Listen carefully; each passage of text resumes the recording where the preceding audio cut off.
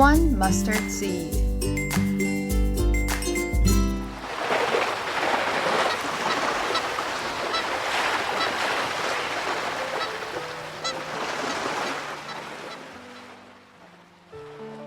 On the seashore, with calm waves, Jesus got on a boat and sat there. Many people gathered around him, and Jesus taught them the words of God. When Jesus delivered his message, he didn't put them in some grand story that's difficult to understand. He explained them by using common and familiar things around us as examples. It must have been easy for people to understand, and even fun to listen to Jesus' stories. Today, let's hear about Jesus' parable about the kingdom of God. Jesus said, "The kingdom of God is like a grain of mustard seed." Have you ever seen a mustard seed? Mustard seeds are very, very small. You know how small a sesame seed is, right? Well, it's much, much smaller than that. And today, Jesus said that the kingdom of God is like this tiny little mustard seed, and that's because there is an amazing secret hidden in the mustard seed.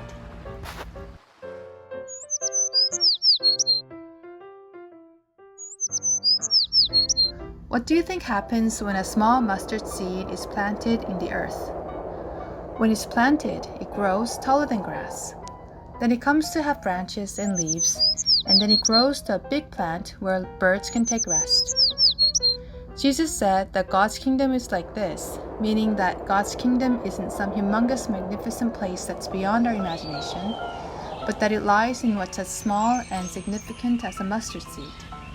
It indicates that even if the kingdom of God starts small, it grows and grows as we learn God's words and follow them.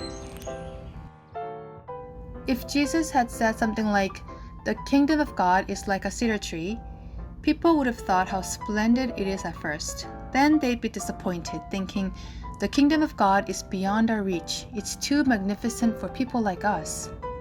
Cedar is the best and most precious tree talked about in the Bible, so it wasn't a tree that people could commonly see or have. But a mustard seed has always been and still is something we can commonly find around us. It's nothing significant or magnificent. But Jesus uses this tiny little seed to invite us to imagine the kingdom of God and to build this kingdom. I wonder what this kingdom of God looks like if it's like a small mustard seed. It wouldn't be anything fancy or spectacular.